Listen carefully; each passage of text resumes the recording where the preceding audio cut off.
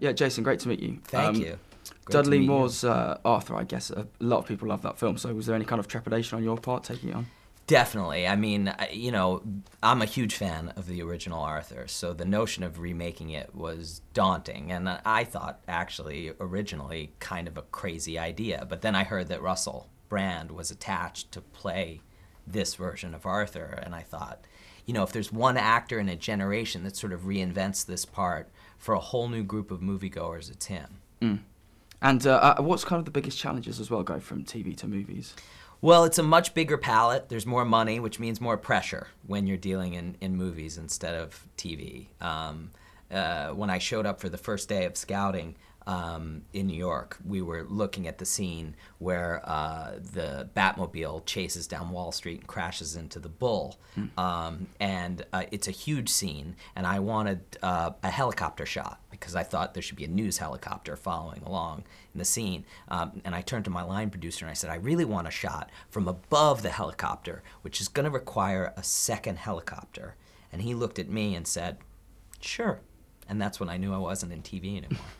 That opening scene you mentioned is quite fun. Like, it was good to make your own little sort of Batman movie. Yeah, it was. I think for a superhero geek like myself, it was sort of a fantasy to be able to play Batman a little bit inside of a comedy like this. I just wonder, do you give him kind of a lot of leeway to improvise and stuff like that, because he goes like, if you've seen his stand-up and stuff, you know how good he is. If I didn't give Russell Brand leeway to improvise, I would be a really bad director.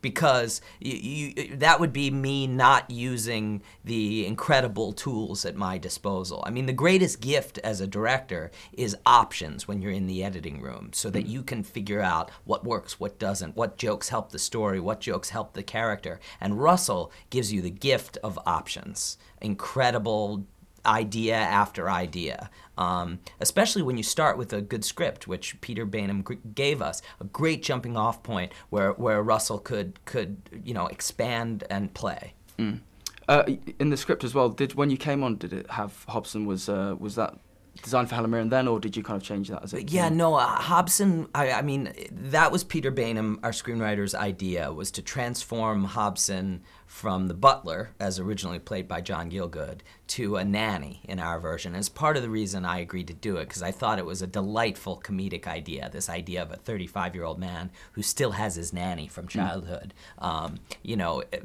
It kind of literalizes this notion of Arthur as this overgrown man-child, One of my favorite moments between them that sort of exemplifies their relationship on set and off is Arthur's in the bath, and he calls out to Hobson repeatedly, like a child would. Hobson, Hobson, Hobson, Hobson, until she finally comes.